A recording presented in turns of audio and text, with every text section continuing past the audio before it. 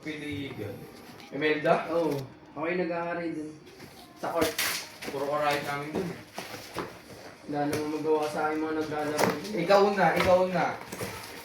Nakakita ka na ba ng layup na dumadakdak?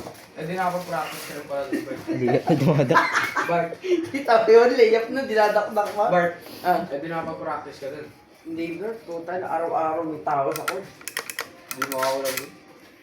Yung kwantuhan, Oo nga. ang lagi may tao eh. Meron dun yung looban, labas mo, damay lagi, di ba? Oo. Ano yun, yung gabi pa, kahit gabi may naglalaro pa. Dahil na araw. Tibay nga ng tao dun eh. Nanakaw nga yung cellphone ng pinsa mo. Di pa kyaw. Doon? Oo. Good?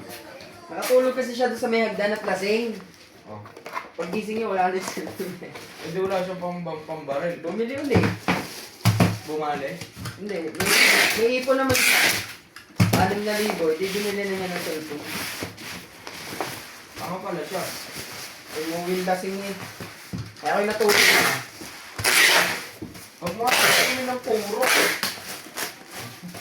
Puro mga pera mo. Purong balagbag.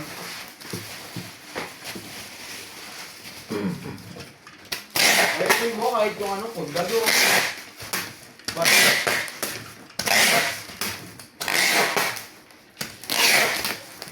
Kailan ako. Pinsan mo rin ba si Tuklaw? Hindi eh. Ba't sabi ni Tuklaw, magkakasundo kayo? Dati kong alalay lang yun. Yung mama mo daw, mama mo niya, magkapatid. Hindi.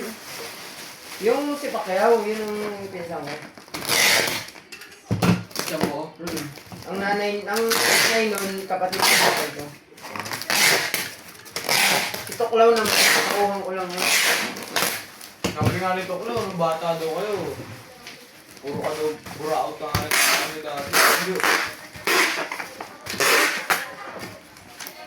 Ano mo kay Tuklaw? Ano mo kay Pacquiao? Kung sinabi ko yan, kung makikita kayo. Kumanta na ano.